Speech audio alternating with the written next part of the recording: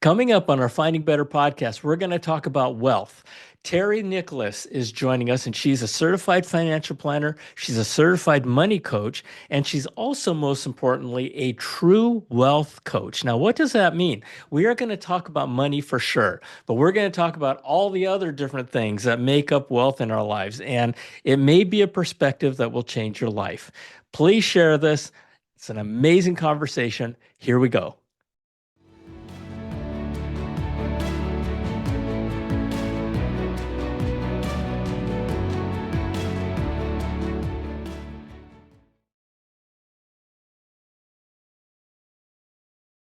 Hello, hello, hello, and welcome back to our Finding Better podcast. My name is John Suzuki, and I'm your host. And this is where we share real life experiences of people who've been there and done that. Because sometimes the best path to success is to follow in the footsteps of those who've gone before you. And we're going to talk about wealth today. We're going to talk about financial wealth and all other kinds of things, wealth. And and my guest today is Terri Nicholas, and I'm really, really excited to have her. Terri, just by a little bit of background, she's a certified financial planner. She's a certified money coach, which is pretty cool, and she's a certified success principles coach. And she's passionate about inspiring people to folks like us to reach their full potential by helping them design a life they love, filled with joy, purpose, and balance. How's that? Isn't that cool? Right? I mean, so it's not all about money. And that's why I'm so excited to talk to her. She's also a true wealth coach. And we're going to talk about what that means because it's not always just about money, right? And so let's just get right into this. Terri, welcome to our Finding Better podcast. Thank you for joining me. Well, thank you for having me, John. I'm really excited. Yeah. Now, you're on a beach, that's a beach in Massachusetts somewhere. Yes, it's on the South Shore, so we're south of Boston. Wonderful, wonderful. All right. So let's get into the story. Let's get into your story. Let's get into your story of your journey on how you Okay. got to be doing what you're doing today. Well, I appreciate that. I have spent my entire career in the financial services world in one Mm. form of another. Hmm. About 25 years or so ago, a colleague of mine had suggested financial planning. He said, I think you'd really be good at financial planning. And John, I didn't even know what that was. Okay. So it was fairly new. And financial planning at that time was something that was really presented by insurance companies, like your big insurance companies, and it was a way for them to sell more insurance. Hmm. So they used this tool called a financial plan, and it would spit out all kinds of data. And most of the time, the data would tell a person, well, you need well, life insurance, or you need disability insurance, or something to that effect. Nothing wrong with buying insurance, and most people do need insurance. So they weren't doing Right. anything deceitful. However, I felt very strongly that they had this opportunity to use this tool to really help people in more of a holistic way rather than just looking narrow-mindedly at life insurance or Right. insurance in general. So over the years, what I did was develop more skills that would be more of a holistic approach to people. Along the way, I began specializing in helping women, although I do help both. But what I found was that the financial services industry had ignored women so badly, and there were so many women that had no idea how to manage money. And if God forbid the husband wasn't around anymore, which happens a lot, Yeah. that they Yeah. were really caught in a very bad place. So from Right. there, I developed a process that was more coaching than just giving information because I found if I just handed somebody their financial plan, oh, this is great, Terri, thank you, and it would sit on a shelf. But Right. if I coached them through the plan and we took it step by step, then whatever was in there would get implemented. And then Okay. when it got implemented, they were more successful. And what were the kinds of things that you coached them on? Well, mostly around budgeting. Budgeting was a big Okay. piece of it. And that was really having a good understanding of their cash flow, which is what most people I've found did not have a good understanding of that. So, for example, I could say to somebody, well, what are your expenses? What are your, like on average, what are your monthly expenses? And the thing they would know right away was their mortgage or their rent. Well, my Right. mortgage is next. Right. Well, along with your mortgage, you've got other things. Oh, I don't know. And they'd be kind of cobbling together information. So I said, wait a second. We need to understand, at least within a very narrow margin, of what your lifestyle costs you. Because if we don't know that number, we really can't do much of anything else. We need that information. And So I, you're talking about this in past tense, mhm, but at the same time, I have found that most people are still like that today. absolutely, Most, absolutely. Yep. right? I This mean, is men current. and women. Yep. That This is current. when it comes to how much money do you spend every month? I mean, you ask that question to 10 people, 8 of them are going to look at you like a deer in the headlights. Right. Like, well, what Absolutely. do you mean? And you look at the statistics today, I mean, 50% of Americans have a credit card balance. I And mean, they how don't they crazy don't is have more than $10,000 saved if they're lucky. right, right. And so I'm sorry, I'm going off on a tangent, and I interrupted you, but go ahead. No, that's fine. And that's how you basically made the point of how important that little bit of information is. It's the foundation. So what I did was I created a very simple, idiot-proof Excel spreadsheet. And on that spreadsheet, I made every line item I could possibly think of where you could possibly spend money. Hmm. Things like, do you stop for coffee every day? Do you go out for lunch every day? Like all of those little things that we tend to Right, forget. Do you have right, a habit of going to the ATM machine every week or every day? And if you do, what do you do with that cash? right. So for a lot of folks, John, if they had the habit of, let's say they made the habit of carrying around $100 of cash every week. So they go to the ATM machine, withdraw the $100, put it in their wallet. At the end of the week, the money was gone, lather, rinse, repeat. Okay. And Poof, uh, poof. It was just like yeah, magic. Poof, it's right. gone. And I'd say Yeah. to them, well, okay, we accounted for the $100 withdrawal, but where did that money go? Well, what difference does it make? I said, well, it makes a big difference. And you know what I equated it to? Yeah. People that think if you eat the crumbs off of a cookie, they don't have any calories. Ah, Oh, if I just ate the crumbs, there's no calories. Well, yeah. no, that's not the way it works. That So, $100 is spent and you spent it somewhere. And if you oh want my to gosh. change anything, you need to know that information. So nowadays, okay, so that is more past than present, right? Because people are using cash less and less.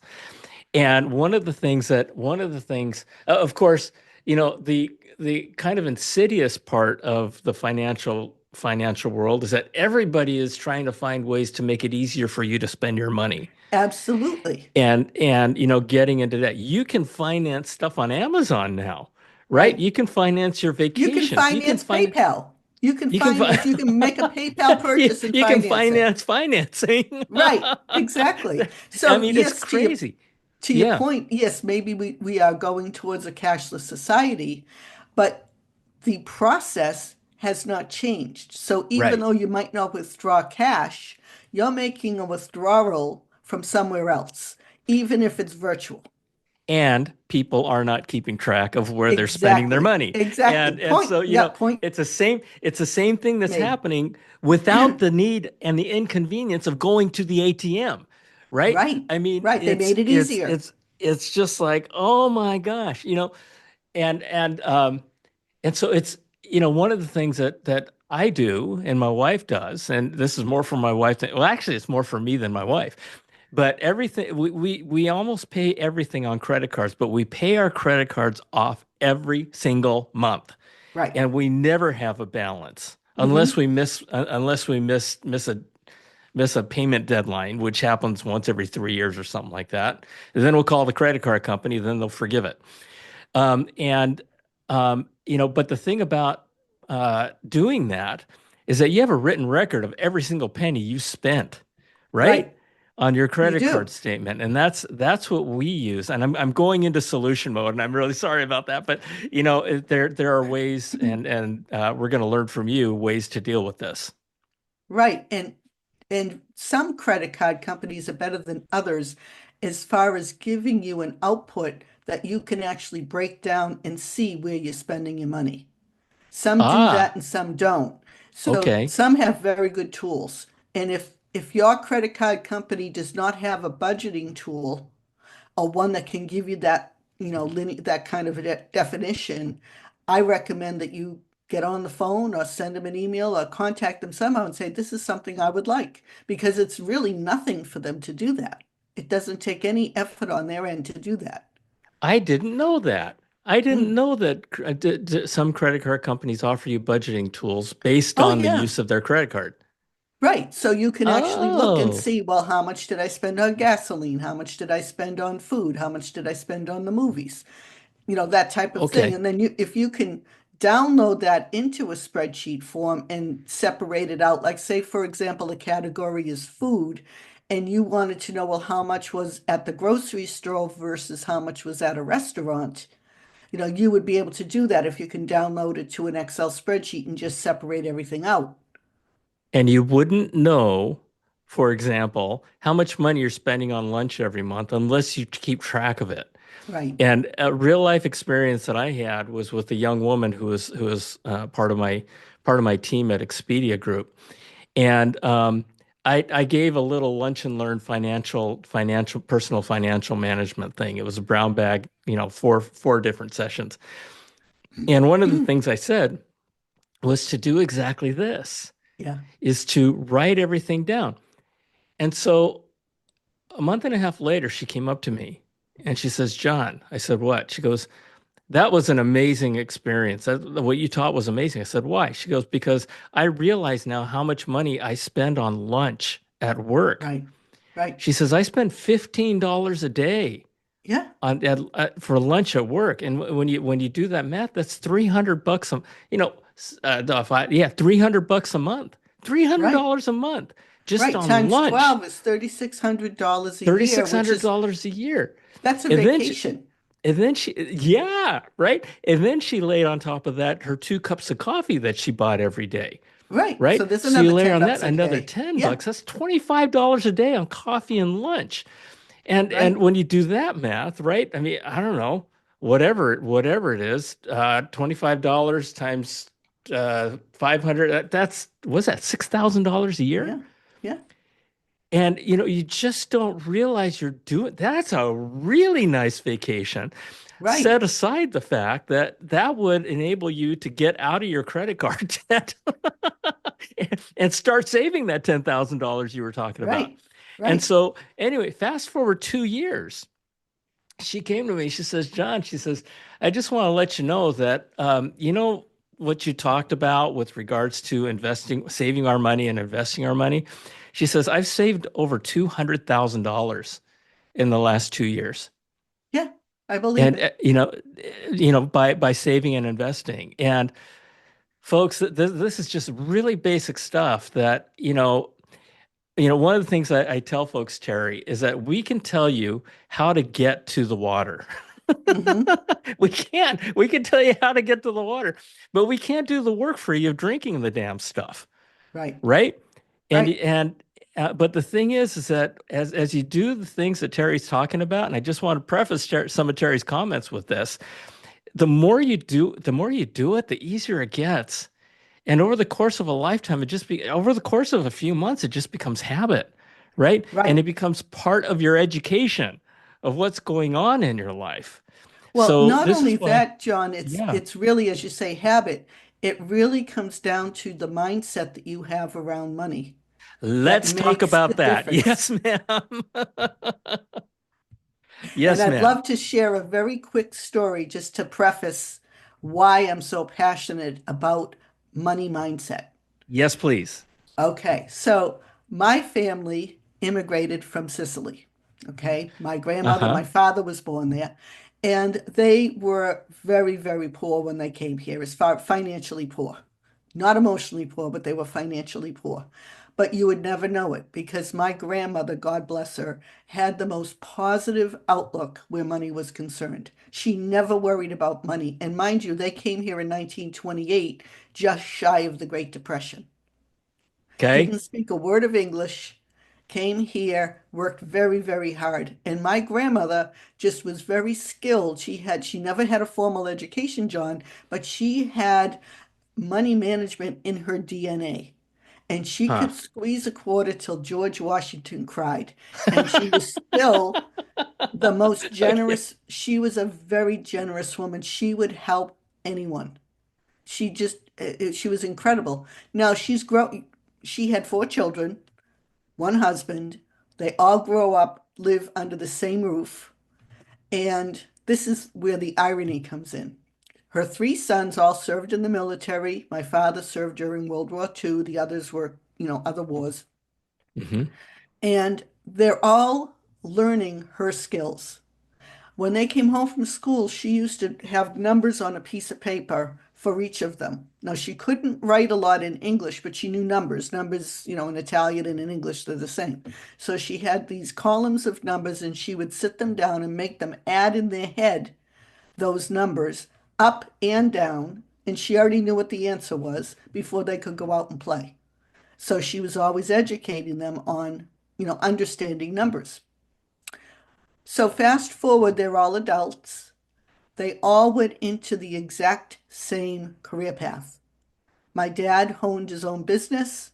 When his brothers came of age, he brought them through the same business, and they eventually went out and started their own company. So all three, same exact field, probably earning about the same amount of money. Hmm. Only one of them has money. The other two died penniless. And one who is going to be 95 in October is living a very nice lifestyle. Now, is he flying around on a private jet? No, but he's able to financially do everything that he needs to do and wants to do because Right. he's the only one who followed his mother's lessons of properly managing money. My grandmother knew every penny that came into the house and every penny that went out. And she had a habit because she had such faith in herself and she had that confidence that no matter what, she was always going to be able to provide whatever the family needed and have more than enough. Now, more than enough was not tens of thousands of dollars, John. More than Right. enough was having a few bucks to save. But Right. she always had a little bit in a savings account. She didn't use a bank. She used an envelope in the top drawer of her credenza in her dining room. I can still picture it. And she also gave to charity and she was available if a neighbor needed help. And that was her faith in her ability to do more than enough and have more than enough.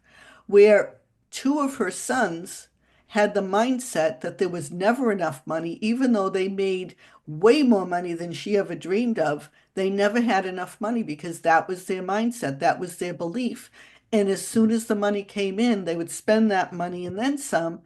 I equate their behavior to the glutton at the all-you-can-eat buffet.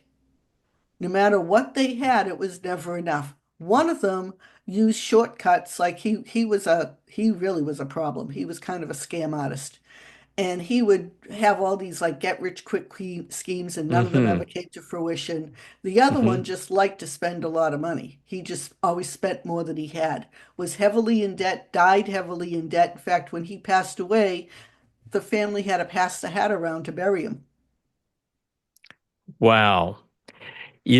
There's a lot that you just said in that little story, right? Right. Your grandmother, she wasn't a millionaire, No, but she blue managed. collar, Yeah, but she blue collar, managed and she and seamstress, and my she grandfather was a barber. So very, very blue collar, you know, work with their hands. and so one of the key messages here, folks, is that it's not about making a whole bunch of money. Right? It's not, right? They didn't. As a barber, I mean, okay, you got to understand, a barber shop and a barber in those days was not like one of these places where you paid $13,000 to get your hair done. I No, mean, it's probably like 50 cents. Yeah, exactly. And so when you think about that and you carry it forward to today, we talked about you talked about your brothers. Now here's the thing. Here's a lesson from the brothers is that, you could be making $1 million a month. And the question you got to ask yourself, does that make you wealthy? Right. Quite the other question you got to ask yourself though is how much money are you spending of that million Yeah. dollars a month, Where is the money? right? Where's the money? Because Yeah. if you're making $1 million a month, but you're spending more than $1 million a month, you are flat broke. You may look like a millionaire, you may impress your friends, but dude, you're in trouble.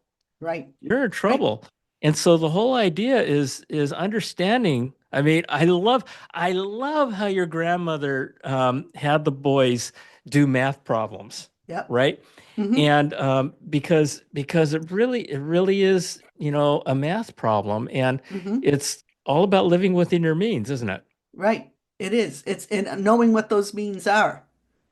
So if Yeah. you don't know what the means are, and if you're thinking in your brain, let's just say you, let's say you're a salaried employee and your salary is $10,000 a month. So that's Hmm. 120,000 a year. But Right. that's not what you bring home. Right. You have taxes, you have probably health insurance, different things are withheld or taken out. So knowing what actually comes in the door, what do I have to work with? Because if in your mind you're just thinking of the gross, well, that's why you don't have any savings because you're forgetting Good about point. that other piece of the pie Good point. that is called the difference between the two is the net. You have to work from the net. But if you don't know what that net is, then you're lost. So now you don't, That's right. and if you then don't know what goes out and what's the difference between the two numbers, and I've done these math exercises with people, I can't even tell you how many times, but they say, oh yeah, well, we'll look at the numbers. Gee, according to what you're giving me, you should have $3,000 a month left over. And they're lucky if they have 50 cents. Well, where's that money? It had to go somewhere. It had to go somewhere. So let's Yep. find out where that money went, because if you don't know, you're not going to be able to manage it. You can't There you manage what go. you don't know. That's right. That's right. And it's just it is um you bring up such a good point because if you think about that $10,000, right? Hmm. People don't think of this, but the biggest expense that anybody has in their entire life is not their mortgage, is not their house payment. It is your taxes. Right. And people and when you take out your taxes, you take out your insurance payments, you take out all the necessities, that $10,000 a month may end up being five. You take out Yep. your state taxes, your federal taxes, just everything. It may even end up being less than that. Right. But the other thing that um, really I'd like for you all to think about is as you guys identify all the things that come out of your gross, out of that $10,000 or that $5,000 or whatever, add in 10% for your savings. Hmm. Just take it off and don't spend it, right? Right. Just take it off and put it away. And I'm retired. I've fortunately I followed followed the principles of building wealth over 30 or 40 years Hmm. and the compounding over time. And the thing about it, folks, is that when you take it off the top and you just take it off of the bottom line number, instead of Hmm. that bottom line number being $3,000, make it $2,600. Right. Right? Take that $400 and just Park it you, somewhere. you can have it automatically taken out of your Yeah, paycheck if you you want, can. And that's right? the So you best don't way ever to do see it. it. That's the best way. Auto savings is the most efficient because it's out of sight, out of mind. That's right. And next thing you know, you're going to wake up one morning, you go, what's this account I have over here? There's a bunch of money in it. Right. And it's amazing. It's Yeah. amazing. Yeah. So let's talk a little bit more about your mindset. Hmm. part because, you have said that 80% of your success is driven by your mindset and 20% is driven by your skill set, Absolutely. right? And Hmm. we've been talking a lot about skill set. We talked about your grandmother though, so Yeah. that was a big mindset thing. But what else can you talk about? Can you share with regards to how we can how to properly align our mindset with building financial wealth? And we're talking about financial wealth right now, Okay. So using my grandmother as an example and knowing that it's not about the number, it's not about what you earn, it's what you do with what you earn. Okay. So right? if you have the mindset that you never have enough and it's poor me, I never have enough. Well, guess what, John? You will never have enough. That's Because right. in your mind, remember the numbers don't speak to you. You speak to you by the messages that you're giving yourself all the time. And if you're constantly telling yourself, I live paycheck to paycheck, I can't save any money, I don't have enough money, if those are the messages you're giving yourself, that becomes your reality. It's a And you will self-fulfilling act, prophecy. Yep. you've got it, you will act accordingly. So you will behave in a manner of a person who does not have enough. Right. However, think of my grandmother, her mindset was, I am living in the greatest country in the world. In fact, when she and my grandfather were, I think they called it courting back in those days, we're talking, turn of the century. Really, Yeah. they didn't go out on a date like people do today. Right. They court. And There's a courtship. there was a courtship. And he, back, in Sicily, people had arranged marriages. So my grandfather was arranged to be married to somebody else. But what happened was his mother had had a stroke, and my grandmother and my great grandmother would go around the little village that they lived in, and they were the caregivers. So they would go in, and my great grandmother would give people, disabled people, she'd give them a bath, or she'd help women who were in the process of delivering a baby. She acted like a midwife, and that was, people would probably give them a chicken or give them, something like that. It was all barter system, Right. and so this is what my grandmother was her helper. She helped her mother. And that's how she met my grandfather because when she had the stroke, my grandfather called on them to come and help take care of her. And he saw how loving and caring my grandmother was, and she was Mm. just probably like 14 at the time, like she's a very Hmm. young woman. And he realized this was the one he wanted to marry. So Wow. he somehow got un unhitched or whatever you call it to the person he Hmm. was supposed to marry and proposed to my grandmother, and she said to him, I will only marry you under two conditions. Those conditions were, number one, you take me to America, and number two, I handle the money. And yeah, Wait, wait. This woman was like a teenager at the yeah, yeah. time. Tells you she had money management in her DNA. Wow. And Okay. she knew she had a vision, and she used to tell me these stories, John. And the thing that she would talk about, she never complained about money. She never said, oh, we were poor. Never went into it from that perspective. She went into it from the perspective that there was no opportunity, and that her concern was if she didn't leave, that anyone who followed her, like her children or grandchildren or any of us, we would only know that level of poverty. There would be no Wow. opportunity for us to know anything else. And And two, hence her demand to take her her to demand, America. right, that she knew no matter how things were, it was going to be better than where she was. And it was heartbreaking for her to leave her homeland, to leave her Oh, mother and her siblings and everything that she knew, to get on a boat and not even know what's on the other side of it. I mean, the courage that those immigrants had, just you stand on the shoulders of giants when you live in this country and you have that in your background. You really do.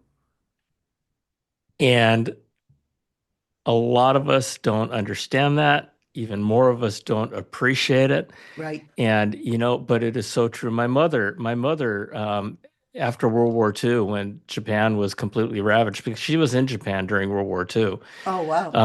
Yeah, she moved to the United States and she left, you know, three sisters and two brothers behind and Hmm. moving to the United States and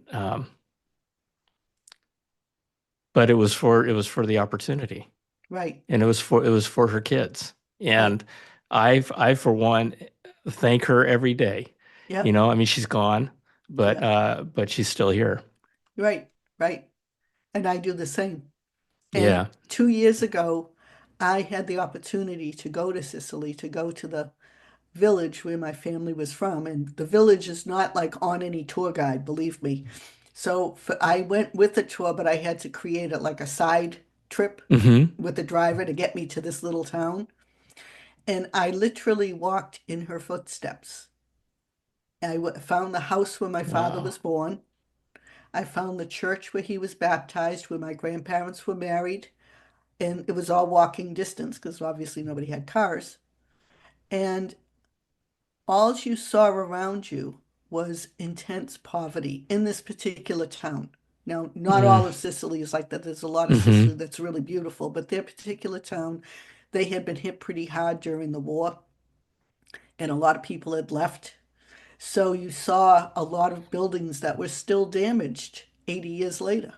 Wow. And I watched and I looked at that, and it was so humbling for me because I remembered those stories, and I thought, had it not been for her courage and her ability to like see the future, that would be me. That would be my life. Yeah.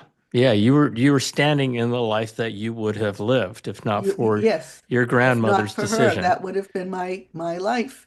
And in fact, I was walking Wow. down the hill from the house where my father was born. Now, my grandmother was in Sicily, stayed there, and her mother delivered the baby. So she was staying with her mother until my father was born, and then about a year later, she joined my grandfather here in America. So I'm walking Okay. down the hill towards the church, which was like the little area where that's probably as far as they went. And I stood and I looked around and I said, I feel like this is deja vu, like I've been here before.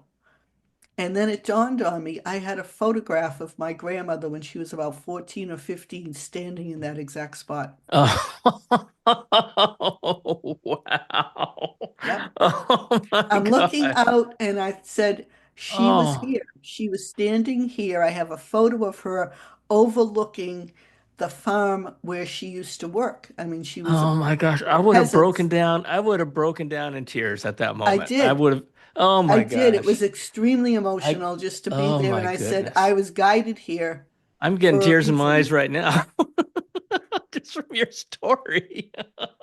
Oh, yeah, you were guided there. Sorry. I was guided there. And that's like things came full circle for me. So you had asked me at the top of the show if I forget your exact question, was I ever wealthy or was there a time when I wasn't?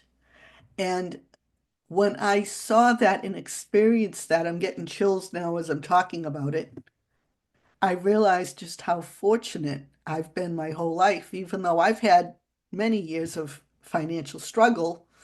But because I had the lessons that she gave me, the stories and the things that she taught me from when I was a little girl, I always knew how to navigate it. And that That to me is wealth. That is true wealth. When I have had the great fortune of being a healthy person and having that knowledge of knowing how to navigate tough financial times.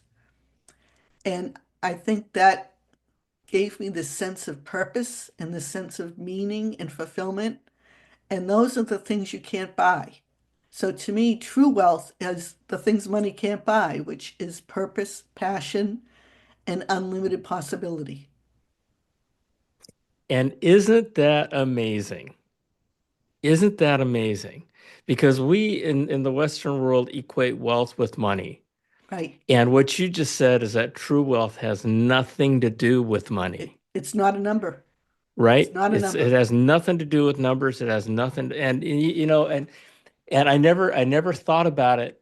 Um, that way, but it is so, so true. I mean, wherever you are, wherever at this moment right now, look around. Just Right. look around you. Right. Look around you and look at your hands. Yep. Look at yourself in the mirror. I mean, we have the wealth of education. We have the wealth of being in this country. We have the wealth of our health.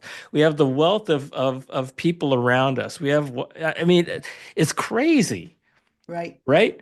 Right. And as you talk about passion and you talk about purpose and you think about unlimited opportunities, one of the things that I have found is that finding purpose can be sometimes hard for people. Right. But, if people spend as much time looking for their purpose as they are looking for the next dollar they can make, holy cow, how Right. much of a difference in their non-financial wealth would that make?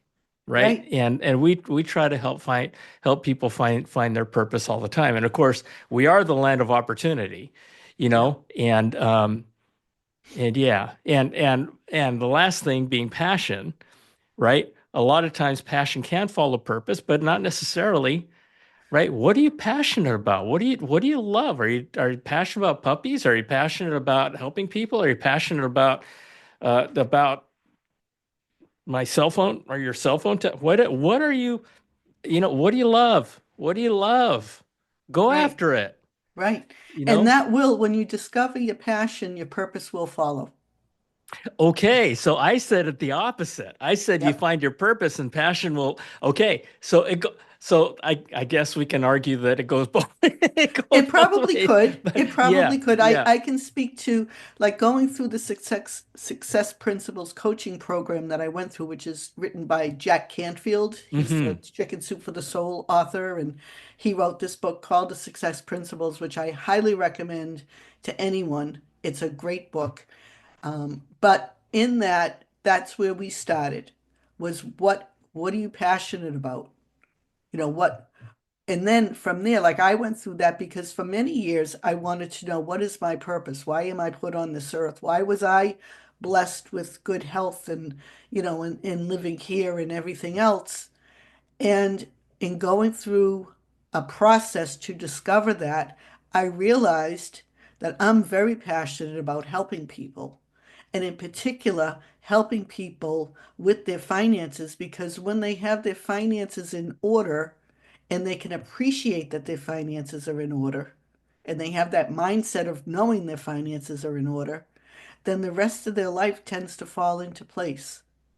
And then they have that sense of purpose and fulfillment. Because if you meet people that don't have a purpose and they just kind of go through the rote method of living and they really don't, nothing really pushes their buttons, they're very sad. And you could Yeah, have someone yeah, who, might not have as much financially because the finances don't matter, but they get up every day and they have that feeling that, I have something important to accomplish today. So, as I'll give you a very fast example, I was at a party over the weekend and my sister turned 75. So it's gathering a lot of people that she's known for many, many years, and I've known these people most of my life. One person who was in the room with us was she had been a teacher for many, many years and had just recently retired. And she said to me, every day I get out of bed, I miss teaching. I miss going to work. hmm, And I thought, how sad. How sad is that? And she said, if I had known then what I know today, I never would have retired. So I said to her, well, you can still teach even though you're not going to a classroom. What about tutoring, especially post-COVID? So many kids need help. And she looked at me with kind of a deer in the headlights look. Well, I wouldn't know where to find them. And it was like these obstacles kept, every time I say something, an obstacle would come up. Not in a nasty way or anything. It was just, kind of like brainstorming. So after 5 minutes, I was able to help her put together the very basic framework of a business plan of how she could go out and offer her services as a tutor. And I showed her what she could do. I gave her 5 things, very, very simple things that she could do. And I said, even if you did 1 or 2 hours a week, would that give you that sense of fulfillment that, oh, I'm helping people? And she said, oh, it would. And that could probably grow into something else. I said, it could not only grow into something else directly for you, but what if you taught other people how to be a tutor? And she said, "Oh my God, I could probably do that." So we get in our own way. We oh 100%. We get in our own way. 100%. And I that get I do that every day, I do too. right? I do Yeah. too. And that little example of you take something that you know you love. So she loved teaching. She's not doing it now because she's retired, but those skills don't evaporate. Right. You can Right. still offer those services even if you volunteered in a school, and said, I'm going to Right. come in and just help out 1 hour a week. You can do that. Yeah. That's so interesting because, one of the things that I found with regards to transitioning into retirement, there's a reason why a lot of people die within a couple of years of Right, retiring, right. right? I mean, and overwhelmingly, you know, a lot of older folks identify themselves as invisible and forgotten, Hmm. and um, and one of the biggest things is they lose their purpose. Your Right. friend, her Yeah, purpose was teaching kids, and all of a sudden, you know, the process she went through going through retirement was, oh my gosh, I'll be able to catch up on my life. I'll be able to travel. I'll be able to do all these yeah. wonderful things. And then she does that for 3 or 4 months, and then all of a sudden she wakes up one morning and goes, now what? Right, right. Right? And now then it becomes going back to what we're talking about. What are you Yep, passionate about, right. right? What do you love to do, and work your life. What and what a wonderful opportunity to be able to do that, for her to have been able to do that, and for her to have had you kind of guiding her and helping her put the pieces together. Hmm. Um, and that little story that you talked about applies to everybody. It It applies does. to every single one of us, folks, right? I mean, what are you passionate about? What do you like to do? The shame of it is that not we all, but a lot of us wake up in the morning going, "Oh my God, I got to go to work. Oh my God, I got to make money. Oh my God, how am I going to survive?" And it just becomes a rat race. Right, And you're just on that hamster wheel. And what we're talking about tonight, folks, is get off that damn hamster wheel, right, right? Kind right. of think through some of the things that we talked about. Think through the fact that your life is not money, and the old saying that the best things in life are free. Yeah, it's true. We just yeah, we We just we proved just a kind of point. talked about that, you know. Yeah. And Yeah. so, Well, it's like Robert Kiyosaki, if you've ever read Rich Dad, Poor Dad, he yep. says, if you're in the rat race at the end of the day, even if you win, you're still a rat. Yeah. Well, that's true. That's true. That's true. But yeah, I'll have to think about that one because I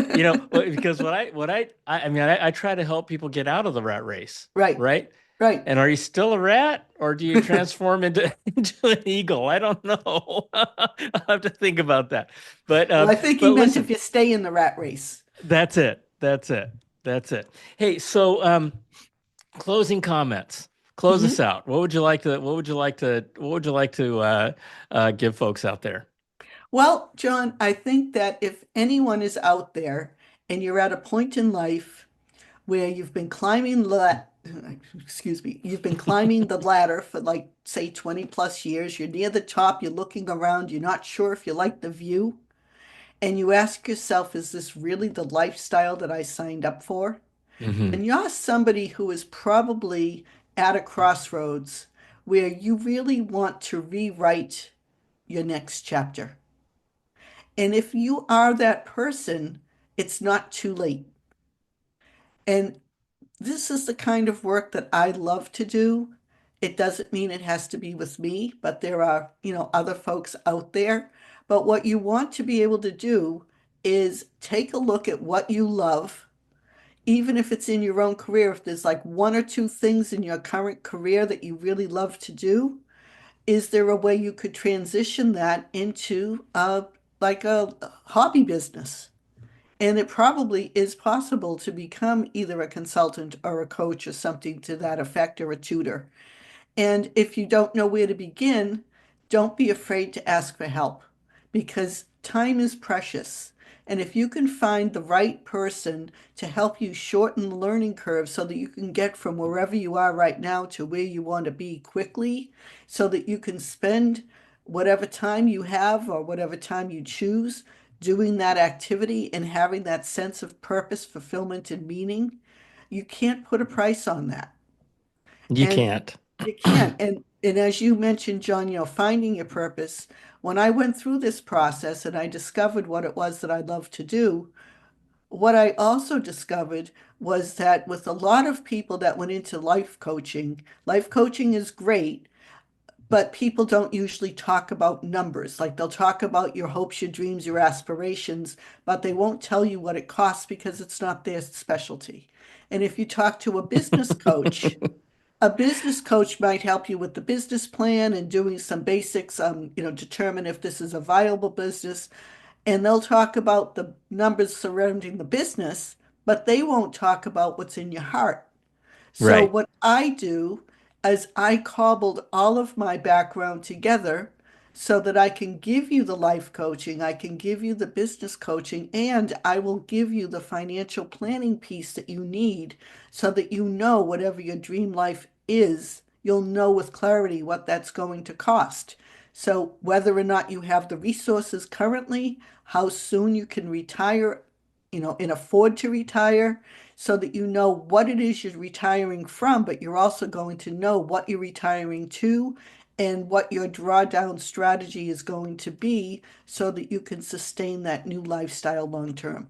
And here's another piece to this that we talked about that I just want to add and make sure that everybody's clear on. You know, what we talked about, what Terry and I talked about is that it doesn't have to be expensive. Right. It doesn't have to be expensive. You know, people think, "Oh my gosh," and I did too. I did too for a long, long time. I thought, "Oh, I got to make this much money. I got to do this and I got to do that."